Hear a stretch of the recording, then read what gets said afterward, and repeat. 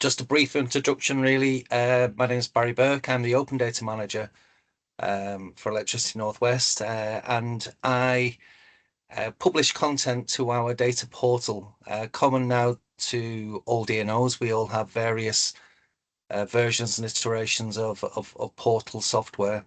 Um, this is ours. It should be familiar to anybody who visits DNO's data sets, but I will walk you through and explain what we do and what we offer. So the home page, your landing page, a brief introduction. There's a contact us form if you've got any questions regarding the content or anything you see.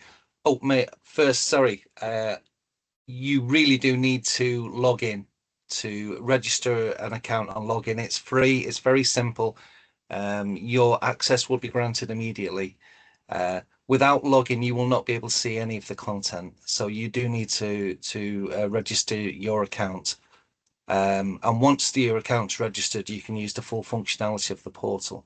As I say, we have a contact us after going through the data. If you see anything or you need anything, a little more explanation or something, if you can fill out this form, it'll come through to our dedicated inbox for the portal, and I will redirect that to the appropriate person to answer your query. On our front page again, we've got some bespoke pages that we've created for very specific content, and these will be multiple data sets that have been loaded together, layered onto a map, usually, to enhance the value of the data to the end user. So we have a selection of data sets that we've created, but it's important to realize that all of the content of these data sets are available individually in our data catalog. So here you will see all the data that we're making available. You can click into, there's filters on the side where you can search for any particular type. So we'll just type in substation. We have a selection of data sets that contain substation in the keywords or the content. And by clicking on the data set, we first of all met with an instruction page, an information page telling you what the data set is. The table can be viewed in a atypical Excel type spreadsheet. We've also made provision for the data to be spatially mapped. So all of them 30 odd thousand, 41,000 records are available as points on a map. These can be filtered. We have filters on the side, so you can check by in-feed voltage. So we can look at all the substations with an 11 kV in-feed. That obviously reduces it down to 27,000. And those then that are feeding out 415 will reduce it further to 14,000. So you can play around with the filters to get exactly what you want. It's important to know that if you use a filter at this stage, so if you look at your 132 substations, for instance, we have 107 values, 107 points on a map. If you go any further, if you look back at analyze, it will only analyze them 107 points that you have filtered down. So if we were to then say by area, these values here, the sum total of these values would be the 107 because we've specified a filter. We've also, just take that out, we've thematically mapped the same points based on the outfeed voltage. Outfeed voltage. So we've got from unfortunately it's not in voltage order, it's done by count. So 415 LV, 415 and 240 are by far the highest, but we've got 11, 6, 6, 33, 132, etc., etc. This data, once you're happy, you can create an API call on it. and use it in your own internal apps. By obviously it's telling us that we've not done filter here, so it's just ENWL substation, so you're going to get the full data set, and that can be referenced in any of your internal websites or applications. This data, the open data, is free for you to use in whichever format you see fit. All we do ask is that we are referenced as the owners and the providers of this data. The data can also be exported in either a flat file format, the CSV, a JSON, or an Excel, or equally, if the data set has spatial elements inbuilt into that data set, you can export in a geospatial format. So you've got your GeoJSON, shapefile, KML.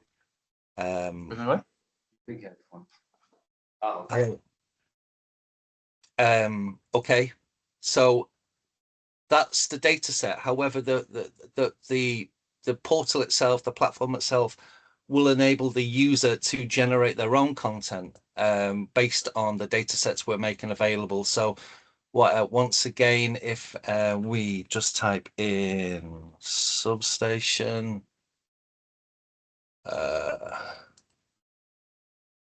ENWL substation, select that. So we've got a blank map. We've just added some substations, but if we want to look at these in maybe a different way, we can change the display. We can change it to a density heat map, for instance. So quite logically, you're seeing the density showing around Manchester, obviously the most densely populated area of our control area. And that is summarized by count. What we can do potentially is do, let's check a slightly different data set, add embedded capacity register, select that. And we'll just get rid of that one.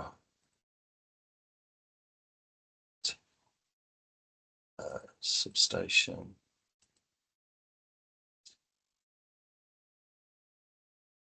Right, so we've now just got the embedded capacity register on screen, currently showing in its default point values on the map.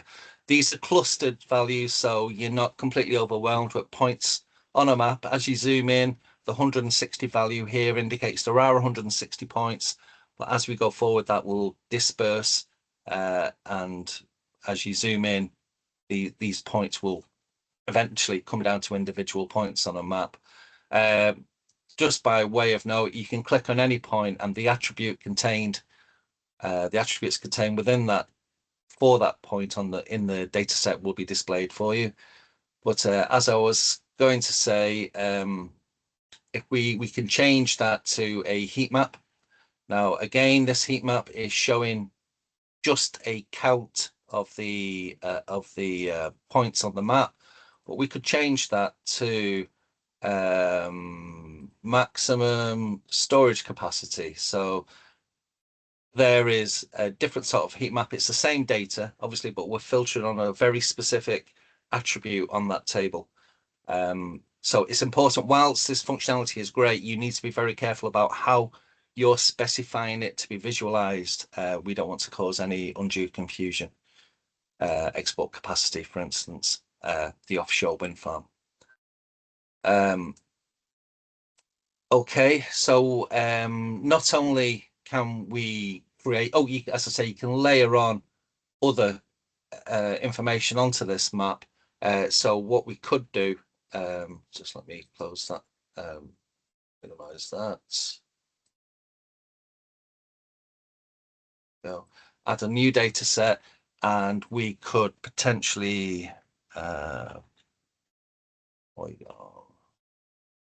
see what have we got.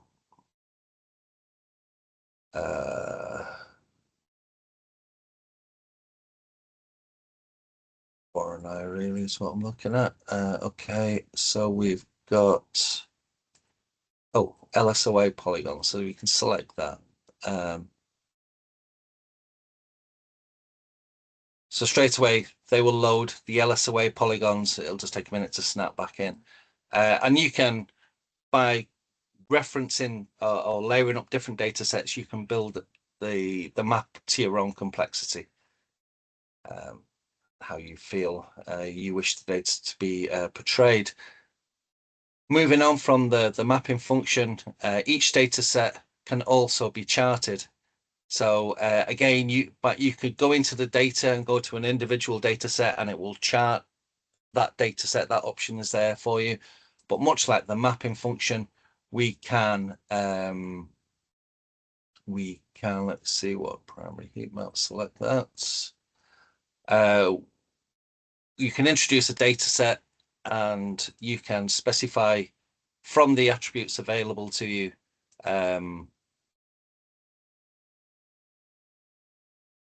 different combinations of data to make the analyzed data that bit more granularity.